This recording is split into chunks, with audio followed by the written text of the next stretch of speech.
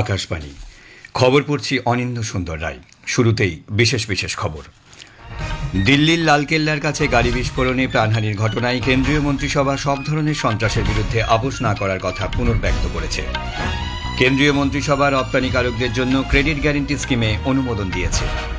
বিহার বিধানসভা নির্বাচনের গণনা হবে আগামীকাল। রাজ্যের 38টি জেলার 46টি গণনা কেন্দ্রে গণনা হবে। সংবিধান বিল, জম্মু কাশ্মীর পুনর্গঠন বিল এবং কেন্দ্রশাসিত অঞ্চল সরকার বিলের পর্যালোচনার জন্য গঠিত যৌথ সংসদীয় কমিটির চেয়ারপারসন হিসেবে নিযুক্ত হয়েছেন বিজেপি সাংসদ অপরাজিতা সারেঙ্গি। উত্তর গাজায় মানবিক ত্রাণ সরবরাহের জন্য জিকিম ক্রসিং পুনরায় খোলা হয়েছে বলে জানিয়েছে ইসরায়েল। ভারত দক্ষিণ আফ্রিকার 2 ম্যাচের ক্রিকেট টেস্ট সিরিজের প্রথম ম্যাচ আগামীকাল কলকাতার ইডেন উদ্যানে শুরু হচ্ছে। আসছি বিস্তারিত খবরে। দিল্লির লালকেল্লার কাছে গাড়ি বিস্ফোরণে প্রাণহানির ঘটনায় গভীর শোক প্রকাশ করে কেন্দ্রীয় মন্ত্রিসভা গতকাল একটি প্রস্তাব গ্রহণ করেছে। পাশাপাশি বিস্ফোরণে মৃত নাগরিকদের স্মরণে গতকাল মন্ত্রিসভায় 2 মিনিট নীরবতাও পালন করা হয়। মন্ত্রিসভা জানায়, দেশের নাগরিকদের জীবন, তাঁদের সুস্থ জীবনযাপন ও দেশের সার্বিক নিরাপত্তার প্রতি সরকার দৃঢ় সংকল্পবদ্ধ। নতুন দিল্লিতে এক সাংবাদিক বৈঠকে তথ্য ও সম্প্রচার মন্ত্রী অশ্বিনী বৈষ্ণব বলেন, মন্ত্রিসভার পক্ষ থেকে লালকেল্লায় গাড়ি বিস্ফোরণের মতো অমানবিক সন্ত্রাসের জেরে যারা প্রাণ হারিয়েছেন তাদের পরিবারের প্রতি সমবেদনা জানানো হয়েছে। বৈষ্ণব আরও বলেন, গতকালের বৈঠকে সন্ত্রাসবাদের বিরুদ্ধে ভারতের আপোষ না করার নীতি পুনর্ব্যক্ত করা হয়েছে। সংকটকালে বিভিন্ন কর্তৃপক্ষ, নিরাপত্তা সংস্থা ও নাগরিকদের সাহসী এবং মানবিক প্রতিক্রিয়ারও প্রশংসা করেছে মন্ত্রিসভা। The Cabinet unequivocally condemns this dastardly and cowardly act that has led to the loss of innocent lives. The Cabinet reiterates India's unwavering commitment to a policy of zero tolerance towards terrorism in all its forms and manifestations. The Cabinet also recorded its appreciation for the statements of solidarity and support from many governments around the world. Delhi বিস্ফোরণ কাণ্ডের তদন্তে Faridabad police গতকাল একটি লাল EcoSport গাড়ি বাজেয়াপ্ত করেছে। সেটি দিল্লি বিস্ফোরণ মামলার প্রধান সন্দেহভাজনের সঙ্গে যুক্ত বলে মনে করা হচ্ছে। খন্ডাউলি গ্রামের কাছে পার্ক করা অবস্থায় গাড়িটি পাওয়া যায়। পুলিশ সঙ্গে সঙ্গে এলাকা ঘিরে ফেলে। এর আগে দিল্লি পুলিশ রাজধানীর সব থানা, পুলিশ পোস্ট এবং সীমান্ত চৌকিতে উচ্চ সতর্কতা জারি করে। পাশাপাশি হরিয়ানা ও উত্তরপ্রদেশে পুলিশকেও এই ইকোস্পোর্ট গাড়ি খুঁজে বের করার নির্দেশ দেওয়া হয়েছিল। কেন্দ্রীয় মন্ত্রিসভা রপ্তানিকারকদের জন্য ক্রেডিট গ্যারান্টি স্কিমে অনুমোদন দিয়েছে। এর আওতায় national credit guarantee trustee company limited NCGTC ঋণদানকারী প্রতিষ্ঠানগুলিকে 20,000 কোটি টাকা পর্যন্ত অতিরিক্ত ঋণ সুবিধার জন্য 100% গ্যারান্টি দেবে। এতে অতি ক্ষুদ্র, ক্ষুদ্র এবং মাঝারি শিল্পগুলিও অন্তর্ভুক্ত থাকবে। তথ্য ও সম্প্রচার মন্ত্রী বলেন, এই উদ্যোগ ভারতীয় রপ্তানিকারকদের বিশ্ববাজারের উপযুক্ত করে তোলার পাশাপাশি নতুন বাজারে প্রবেশে সহায়তা করবে। সিজিয়াম, গ্রাফাইট, রুবিডিয়াম এবং জার্কোনিয়ামের মতো গুরুত্বপূর্ণ খনিজ পদার্থগুলির রয়্যালটি হার সংশোধনে অনুমোদন দিয়েছে মন্ত্রিসভা। শ্রী বৈষ্ণব বলেন, এর ফলে এই খনিজ পদার্থগুলির ব্লক নিলাম সহজ হবে। এর সঙ্গে যুক্ত গুরুত্বপূর্ণ খনিজ যেমন লিথিয়াম, টাংস্টেন, বিরল মৃত্তিকা উপাদান এবং লিওবিয়ামও অন্তর্ভুক্ত থাকবে। প্রতিরক্ষা উৎপাদন সচিব সঞ্জীব কুমার দেশের প্রযুক্তিগত মেরুদণ্ডকে মজবুত করতে এবং প্রতিরক্ষা ক্ষেত্রে স্বনির্ভরতা অর্জনের লক্ষ্যে স্টার্ট আপ উদ্ভাবকদের সঙ্গে আরও গভীর সহযোগিতার আহ্বান জানিয়েছেন। গতকাল নতুন দিল্লিতে দিল্লি প্রতিরক্ষা সংলাপের দ্বিতীয় দিনের ভাষণে শ্রী কুমার নতুন ক্ষেত্রে অগ্রগতি অর্জন এবং প্রতিরক্ষা ব্যবস্থার প্রযুক্তিগত মেরুদণ্ডকে শক্তিশালী করার জন্য তরুণ উদ্যোক্তা এবং উদ্ভাবকদের সঙ্গে কাজ করার গুরুত্বের উপর জোর দেন। বিহার বিধানসভা নির্বাচনের ভোট গণনা আগামীকাল। রাজ্যের 38টি জেলার 46টি গণনা কেন্দ্রে ভোট গণনা করা হবে। প্রার্থীদের রাজনৈতিক ভাগ্য বন্দী হয়ে থাকা ইলেকট্রনিক ভোটিং মেশিনগুলিকে কড়া নিরাপত্তায় স্ট্রং রুমে রাখা হয়েছে। ভোট গণনা শুরু হবে সকাল 8টায়। বিহার বিধানসভা নির্বাচনের দ্বিতীয় দফায় পুনরায় ভোট গ্রহণের কোনো সুপারিশ হয়নি বলে নির্বাচন কমিশন জানিয়েছে। স্ক্রুটিনির পর কোনো অনিয়ম বা কারচুপি পাওয়া যায়নি বলেও জানানো হয়েছে। 2 দফার নির্বাচনে এই প্রথম বিহারে কোথাও পুনরায় ভোট গ্রহণের প্রয়োজন পড়ছে না। কমিশন জানিয়েছে, দ্বিতীয় দফায় ভোট হওয়া 122টি আসনে নথি যাচাই প্রক্রিয়া নির্বিঘ্নে সম্পন্ন হয়েছে। এতে 122 জন রিটার্নিং অফিসার ও সাধারণ পর্যবেক্ষক উপস্থিত ছিলেন। প্রায় 460 জন প্রার্থী বা তাদের প্রতিনিধিও এই প্রক্রিয়ায় অংশ নেন। পুরো প্রক্রিয়াটির ভিডিও রেকর্ডিং করা হয়েছে এবং যাচাই শেষে ফর্ম 17A ও সংশ্লিষ্ট নথি পুনরায় সিল করা হয়। কমিশন আরও জানিয়েছে, ইসি আইনেট প্ল্যাটফর্ম ছিল এই নির্বাচনের প্রযুক্তিগত ভিত্তি, যা ভোটারদের সেবা দিয়েছে এবং সময়মতো তথ্য সংগ্রহ নিশ্চিত করেছে। নির্বাচন কমিশন জানিয়েছে চলতি মাসে বিশেষ নিবিড় সংশোধন এসআইআর এর দ্বিতীয় ধাপে ভোটারদের মধ্যে 37 কোটি এনিউমারেশন ফর্ম ইতিমধ্যেই বিতরণ করা হয়েছে। কমিশন জানিয়েছে সর্বাধিক 10 কোটি 80 লক্ষেরও বেশি ফর্ম হস্তান্তর করা হয়েছে উত্তরপ্রদেশে। অন্যদিকে পশ্চিমবঙ্গে প্রায় 7 কোটিরও বেশি ফর্ম বিলি করা হয়েছে। উল্লেখ্য, দ্বিতীয় পর্যায়ে 9টি রাজ্য এবং 3টি কেন্দ্রশাসিত অঞ্চলে এসআইআর প্রক্রিয়া অনুষ্ঠিত হচ্ছে। আগামী মাসের 4 তারিখ পর্যন্ত এই প্রক্রিয়া চলবে। বিদেশমন্ত্রী এস জয়শঙ্কর নায়াগ্রাতে গতকাল শক্তি নিরাপত্তা ও বিরল খনিজ সংক্রান্ত G7 গোষ্ঠীভুক্ত দেশগুলির বিদেশমন্ত্রীদের বৈঠকে অংশ নেন। এই আলোচনা সভায় শ্রী জয়শঙ্কর এ বিষয়ে ভারতের দৃষ্টিভঙ্গি তুলে ধরেন এবং উল্লেখ্য বিষয়গুলিতে পারস্পরিক নির্ভরতা মসৃণ করা, অনুমান ক্ষমতা বৃদ্ধি ও স্থিতাবস্থা ফিরিয়ে আনার মতো বিষয়গুলি তুলে ধরেন। তিনি বলেন, এই বিষয়ে বৃহত্তর আন্তর্জাতিক সহযোগিতাই একমাত্র পথ এবং ভারত এ বিষয়ে আন্তর্জাতিক সহযোগীদের সঙ্গে একত্রে গঠনমূলক কাজ করতে আগ্রহী। দেশে খুচরো মুদ্রাস্ফীতি সেপ্টেম্বরে 1.44% থেকে কমে অক্টোবরে 0.25% দাঁড়িয়েছে। 2015 সালে শুরু হওয়া বর্তমান সিপিআই সিরিজে এটি সর্বনিম্ন মুদ্রাস্ফীতির হার। এই সিরিজে 2012 সালের মূল্যস্তর কেরোফারেন্স হিসেবে ব্যবহার করা হয়েছে। পরিসংখ্যান ও কর্মসূচি বাস্তবায়ন মন্ত্রকের প্রকাশিত পরিসংখ্যান অনুসারে গ্রামীণ এলাকায় মুদ্রাস্ফীতি নেতিবাচক 0 থেকে 2.5% নিচে রয়েছে। শহরাঞ্চলে এই হার ছিল 0.8%। সর্বভারতীয় উপভোক্তা খাদ্যমূল্য সূচকের উপর ভিত্তি করে খাদ্যদ্রব্যের মূল্যস্ফীতি টানা পঞ্চম মাস নেতিবাচক রয়েছে। বিজেপি সাংসদ অপরাজিতা সারাঙ্গী সংবিধান বিল 2025, জম্মু কাশ্মীর পুনর্গঠন বিল 2025 এবং কেন্দ্রশাসিত অঞ্চল সরকার বিল 2025-এর পর্যালোচনার জন্য গঠিত যৌথ সংসদীয় কমিটির চেয়ারপারসন হিসেবে নিযুক্ত হয়েছেন। 31 সদস্যের এই যৌথ সংসদীয় কমিটিতে 15 জন বিজেপি সাংসদ, এনডিএতে বিজেপির শরিক দলগুলির 11 জন সাংসদ, বিরোধী দলগুলি থেকে 4 জন সাংসদ এবং 1 জন মনোনীত সদস্য আছেন। এই কমিটিতে বিজেপি সাংসদদের মধ্যে রয়েছেন রবিশঙ্কর প্রসাদ, পার্শ্বতাম্বাই রূপালা, অনুরাগ ঠাকুর, ব্রেজলাল প্রমুখ। মনোনীত সদস্য হিসেবে আছেন রাজ্যসভা সাংসদ সুধামূর্তি। বিরোধী সাংসদদের মধ্যে রয়েছেন সুপ্রিয়া সুলে, হরসিমরত কাউর বাদল, আসাউদ্দিন ওয়াইসি এবং নিরঞ্জন রেড্ডি। বিরসা মুন্ডার 150তম জন্মবার্ষিকী উপলক্ষে চলতে থাকা জনজাতি গৌরববর্ষ উদযাপনের অংশ হিসেবে মণিপুরের রাজধানী ইম্ফলে গতকাল থেকে 4 দিনের উপজাতি চলচ্চিত্র উৎসবের সূচনা হয়েছে।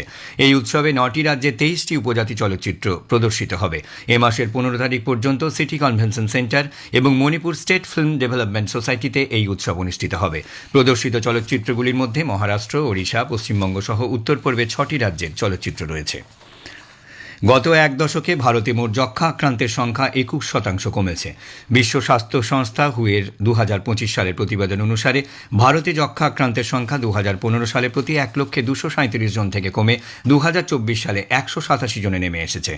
ভারতের উন্নত রোগ নির্ণয় পদ্ধতি এবং চিকিৎসার পরিধি বৃদ্ধি পাওয়ার ফলেই যক্ষ্মা আক্রান্তের সংখ্যা কমেছে বলে স্বাস্থ্য মন্ত্রক জানিয়েছে। যক্ষ্মাজনিত মৃত্যুর হার 2015 সালে প্রতি 1,28 জন থেকে কমে 2024 সালে 21 জনে নেমে এসেছে।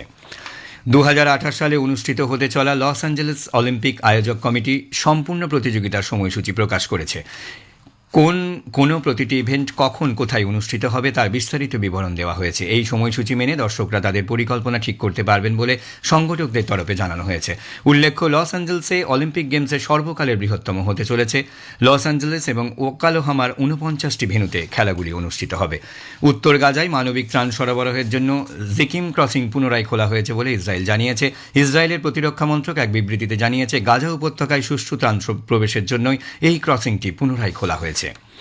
Baloch advocacy and studies centre BASC জানিয়েছে, বালুচিস্তানে তীব্র আকারে অপহরণ এবং বিচার বহির্ভূতভাবে হত্যা বেড়ে চলেছে, যা পাকিস্তানের ক্রমবর্ধমান সম্পদ শোষণের সঙ্গে সম্পর্কিত। একটি প্রতিবেদনে তারা 2025 সালের জানুয়ারি থেকে জুনের মধ্যে 824 জনের নিখোঁজের ঘটনা রেকর্ড করেছে। এর মধ্যে 530 জন এখনও নিখোঁজ রয়েছে। 44তম শারজাহ আন্তর্জাতিক বইমেলা এক্সপো সেন্টার শারজাহ শহরটিকে বিশ্বব্যাপী সাহিত্যের মিলন কেন্দ্র হিসেবে তুলে ধরেছে। 118টি দেশের 2,350 জনের বেশি প্রকাশক অংশগ্রহণ করেছেন। শারজাহ বুক অথরিটি আয়োজিত 16 নভেম্বর পর্যন্ত 12 দিনের এই মেলায় 1200টিরও বেশি অধিবেশন হয়েছে, যার মধ্যে রয়েছে লেখকদের আলোচনা, কবিতা পাঠ, কর্মশালা এবং সাংস্কৃতিক সমন্বয়। পাকিস্তানে 3 ম্যাচের একদিনের ক্রিকেট সিরিজ খেলতে যাওয়া শ্রীলঙ্কার ক্রিকেটাররা নিরাপত্তার কারণে নিজেদের দেশে চলে আসার অনুরোধ জানিয়েছেন শ্রীলঙ্কার ক্রিকেট কাউন্সিলকে। গত মঙ্গলবার মঙ্গলবার পাকিস্তানের ইসলামাবাদে একটি বোমা বিস্ফোরণে 12 জনের মৃত্যু হয়। এই ঘটনার পরই দেশে ফিরে আসতে চেয়েছেন ক্রিকেটাররা, তবে শ্রীলঙ্কার ক্রিকেট কাউন্সিলের পক্ষ থেকে তাঁদের সিরিজ শেষ করে আসার অনুরোধ করা হয়েছে। পুরুষদের ক্রিকেটে ভারত দক্ষিণ আফ্রিকার 2 ম্যাচের টেস্ট সিরিজ আগামীকাল থেকে শুরু হচ্ছে। প্রথম ম্যাচ অনুষ্ঠিত হবে কলকাতার ইডেন গার্ডেনে। শেষ করার আগে খবরের বিশেষ কিছু অংশ আরও একবার। দিল্লির লালকেল্লার কাছে গাড়ি বিস্ফোরণে প্রাণহানির ঘটনায় কেন্দ্রীয় মন্ত্রিসভা সব ধরনের সন্ত্রাসের বিরুদ্ধে আপোষ না করার কথা পুনর্ব্যক্ত করেছে। কেন্দ্রীয় মন্ত্রিসভা রপ্তানিকারকদের জন্য ক্রেডিট গ্যারান্টি স্কিমে অনুমোদন দিয়েছে। খবর এখানেই শেষ হলো। পরবর্তী সংবাদ স্থানীয় সংবাদ।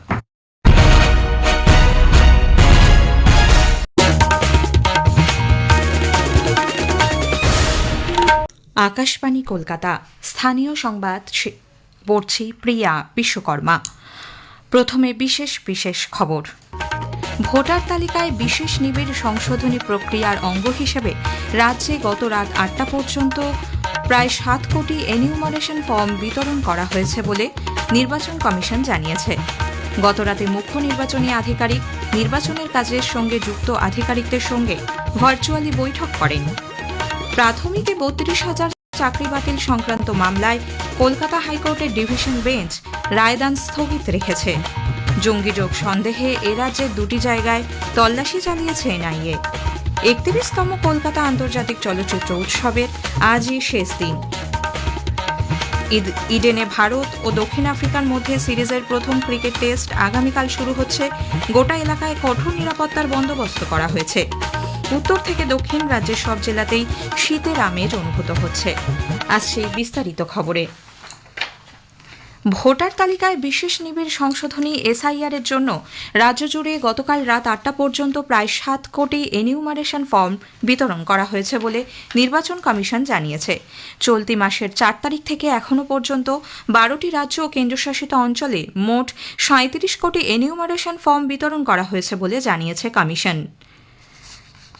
আমাদের সংবাদদাতা জানিয়েছেন, গত রাতে মুখ্য নির্বাচনী আধিকারিক মনোজ আগরওয়াল ইআরও এইআরও সহ নির্বাচনের কাজের সঙ্গে যুক্ত আধিকারিকদের সঙ্গে ভার্চুয়ালি বৈঠক করেন। সব আবেদনপত্র এখনও কেন বিলি হল না, সমস্যা কোথায় ইত্যাদি বিষয়ে জানতেই ছিল এই বৈঠক। ভার্চুয়াল মাধ্যমে মুখ্য নির্বাচনী আধিকারিক মনোজ আগরওয়াল বলেন, কিছু জায়গায় ফর্ম পাঠানো হলেও ভোটারকে খুঁজে পাওয়া যাচ্ছে না। কমিশনের লক্ষ্য ছিল বুধবারের মধ্যে অন্তত ফর্ম বিলির কাজ শেষ করে ফেলা। মোট বিলির সংখ্যা কিছুটা বাড়লেও এখন দৈনিক বিলির সংখ্যা তুলনায় কমেছে। তৃণমূল কংগ্রেস এসআইআর প্রক্রিয়ায় জোর করে মৃত ভোটারদের নাম তালিকায় রাখতে চাইছে বলে বিজেপি অভিযোগ করেছে। কলকাতায় গতকাল সাংবাদিকদের প্রশ্নের উত্তরে কেন্দ্রীয় প্রতিমন্ত্রী সুকান্ত মজুমদার বলেন, তৃণমূল কংগ্রেসের বিএলএরা বিভিন্ন এলাকায় মৃত ভোটারদের নাম বাদ না দেওয়ার জন্য বিএলওদের ওপর চাপ সৃষ্টি করছে। এদিকে একই নাম একাধিকবার তালিকায় থাকা সহ একাধিক অনিয়ম এবং বিজেপি কর্মীদের ওপর হামলার অভিযোগে বিরোধী দলনেতা শুভেন্দু অধিকারীর নেতৃত্বে বিজেপির এক প্রতিনিধি দল গতকাল রাজ্যের মুখ্য নির্বাচনী আধিকারিকের সঙ্গে দেখা করেন। 5টি লোকসভা কেন্দ্রের তথ্য সম্বলিত পেন ড্রাইভ ও হার্ড কপি নির্বাচন কমিশনে জমা দেওয়া হয়েছে বলে এক সাংবাদিক বৈঠকে বিরোধী দলনেতা জানিয়েছেন। প্রাথমিকে 32,000 চাকরি বাতিল সংক্রান্ত মামলায় কলকাতা হাইকোর্টের ডিভিশন বেঞ্চ রায়দান স্থগিত রেখেছে। দীর্ঘ 6 মাস ধরে এই মামলার শুনানি চলেছে বলে বিচারপতি তপব্রত চক্রবর্তী ও ঋতব্রত কুমার মিত্রের ডিভিশন বেঞ্চে গতকাল মামলার অন্তিম শুনানিতে প্রাথমিক শিক্ষা পর্ষদের তরফে দাবি করা হয়, দুর্নীতির পক্ষে কোনো প্রমাণ মামলাকারীরা দিতে পারেননি। যদিও মামলাকারীদের পক্ষের আইনজীবী একে প্রাতিষ্ঠানিক দুর্নীতি বলে ফের উল্লেখ করেন। চলতি বছরের 28শে এপ্রিল প্রাথমিকের 32,000 চাকরি বাতিল মামলার শুনানি ডিভিশন বেঞ্চে শুরু হয়েছিল। স্কুল সার্ভিস কমিশনের পরীক্ষায় অভিজ্ঞতার নিরিখে অতিরিক্ত 10 নম্বর দেওয়া সংক্রান্ত মামলায় আপাতত কোনো নিষ্পত্তি হয়নি কলকাতা হাইকোর্টে। বিচারপতি অমৃতা সিনহা গতকাল জানিয়েছেন, বর্তমানে এই মামলা সুপ্রিম কোর্টে বিচারাধীন। 26শে নভেম্বর তার শুনানি। শীর্ষ আদালত কী নির্দেশ দেয় তা দেখার পরই হাইকোর্টে মামলার শুনানি হবে বলে বিচারপতি সিনহা জানিয়েছেন। এসএসসি নিয়োগ দুর্নীতিতে সিবিআই এর মামলায় জামিনের আবেদন জানিয়ে কলকাতা হাইকোর্টের দ্বারস্থ হয়েছেন স্কুল সার্ভিস কমিশনের প্রাক্তন সচিব ও নিয়োগ সংক্রান্ত উপদেষ্টা কমিটির সদস্য অশোক কুমার সাহা। তথ্য লুকোনো ও কেন্দ্রীয় তদন্তকারী সংস্থার প্রশ্নে বিভ্রান্তিকর উত্তর দেওয়ার অভিযোগে তাকে গ্রেপ্তার করে সিবিআই। বিচারপতি তীর্থঙ্কর ঘোষের এজলাসে আগামী সপ্তাহে মামলার শুনানি হতে পারে। জঙ্গি যোগ সন্দেহে এ রাজ্যের দুটি জায়গায় গতকাল তল্লাশি চালিয়েছে এনআইএ। মুর্শিদাবাদের নবগ্রামের নিম গ্রামের বাসিন্দা মইনুল হাসানের বাড়িতে গতকাল সকাল থেকে অভিযান চালান তদন্তকারী আধিকারিকরা। মইনুল দিল্লি, মুম্বাইয়ে পরিযায়ী শ্রমিকের কাজ করত। জঙ্গি সংগঠনের সদস্যদের সঙ্গে ফোনে তার যোগাযোগ হয়েছিল বলে অভিযোগ। এদিকে শিলিগুড়ির মাটিগাড়ার পাথরঘাটার বাসিন্দা এক ব্যক্তিকেও এনআইএ আধিকারিকরা জিজ্ঞাসাবাদ করেছেন বলে সূত্রের খবর। 31তম কলকাতা আন্তর্জাতিক চলচ্চিত্র উৎসবের আজই শেষ দিন। পুরস্কার বিতরণী অনুষ্ঠান হবে বিকেলে রবীন্দ্র সদনে। এবারের উৎসবে 39টি দেশের 215টি ছবি প্রদর্শিত হয় 21টি প্রেক্ষাগৃহে। একটি প্রতিবেদন। আঞ্চলিক স্তর থেকে শুরু করে আন্তর্জাতিক নানা ভাবনার নানা ফর্মের পরীক্ষা নিরীক্ষা, এক কথায় এক সপ্তাহের বিশ্ব দর্শন আনুষ্ঠানিকভাবে শেষ হচ্ছে আজ সন্ধ্যায়। শতবার্ষিকী শ্রদ্ধার্ঘ্য বিভাগে এবার ছিলেন ঋত্বিক ঘটক, সলিল চৌধুরী, রিচার্ড বার্টন সহ মোট 6 জন। চলচ্চিত্রের সমাজ ভাবনা, সঙ্গীত, নয়া প্রযুক্তির ব্যবহার ইত্যাদি নানা বিষয় নিয়ে সপ্তাহব্যাপী বিশেষজ্ঞদের সঙ্গে হয়েছে মতবিনিময়। কিংবদন্তি চলচ্চিত্রকারদের নির্মাণ পদ্ধতি নিয়ে হয়েছে চুলচেরা বিশ্লেষণ। গতকাল উৎসব চেয়ারম্যান পরিচালক গৌতম ঘোষ বলেন, প্রযুক্তি, ভাবনা ও দর্শকের রুচির বদলের সঙ্গে সামঞ্জস্য রেখে পরিচালকরা চেষ্টা করছেন তাদের স্বপ্নকে রূপ দিতে। Cinema was born with a certain dichotomy where technology dominates. There's a change of technology, then the market force says, okay, no silent cinema sound, no black and white color, no analog digital. And we filmmakers, we try our best to utilize the new forms, new technology to fulfill our dream, to fulfill something, which is cinema. কাশফির নাহারের সঙ্গে অভিজিৎ চক্রবর্তী, আকাশবাণী সংবাদ, কলকাতা। স্বর্ণ ব্যবসায়ী স্বপন কামিল্লাকে অপহরণ ও খুনের ঘটনায় আরও একজনকে গ্রেপ্তার করেছে পুলিশ। সজল সরকার নামে ওই ব্যক্তিকে গতকাল শিলিগুড়ি থেকে গ্রেপ্তার করে বিধাননগর দক্ষিণ থানার পুলিশ। এই নিয়ে এই ঘটনায় 3 জনকে ধরা হলো। এর আগে রাজগঞ্জের বিডিও প্রশান্ত বর্মনের গাড়ির চালক রাজু ঢালি এবং প্রশান্ত ঘনিষ্ঠ তুফান থাপাকে গ্রেপ্তার করা হয়েছিল। তাদের জেরা করে সজলের সন্ধান মেলে। ঝাড়গ্রামের বেলপাহাড়িতে 32 বছর আগে 6 সিপিআইএম কর্মীকে খুনের ঘটনায় 45 জনকে যাবজ্জীবন কারাদণ্ড দিয়েছে জেলা আদালত। গত 10ই নভেম্বর অভিযুক্তদের দোষী সাব্যস্ত করেন বিচারক। 1993 সালের 8ই মে দিয়াশি গ্রাম লাগোয়া জঙ্গলে ওই 6 জনকে অপহরণের পর ধারালো অস্ত্র দিয়ে কুপিয়ে খুন করা হয়েছিল। রক্ষণাবেক্ষণের কাজের জন্য আজ রাত 11:45 থেকে আগামীকাল ভোর 3:30 পর্যন্ত মোট 225 মিনিট শিয়ালদা ও বিধাননগর স্টেশনের মধ্যে ট্রাফিক ও পাওয়ার ব্লক থাকবে। সেই কারণে আজ Sealdah Dankuni local, Dankuni Sealdah local, Sealdah Naihati local, Naihati Sealdah local বাতিল থাকছে। কলকাতার ইডেন গার্ডেন্সে আগামীকাল ভারত ও দক্ষিণ আফ্রিকার মধ্যে সিরিজের প্রথম ক্রিকেট টেস্ট শুরু হচ্ছে। নিরাপত্তার কথা মাথায় রেখে কলকাতা পুলিশ ইডেন সংলগ্ন বিভিন্ন রাস্তায় যান চলাচল নিয়ন্ত্রণ করবে। একটি প্রতিবেদন। দিল্লিতে ভয়াবহ বিস্ফোরণের পর হাই অ্যালার্ট জারি হয়েছে কলকাতায়। এই আবহে শুক্রবার থেকে ইডেনে শুরু হতে চলেছে ভারত বনাম দক্ষিণ আফ্রিকার টেস্ট সিরিজ। তার আগে নিশ্চিত নিরাপত্তা শহর জুড়ে। 2 দলের হোটেল থেকে অনুশীলনের যাতায়াতের পথে নিরাপত্তা জোরদার করেছে কলকাতা পুলিশ। ম্যাচের 5 দিনই একই রকম নিরাপত্তা বজায় রাখা হবে।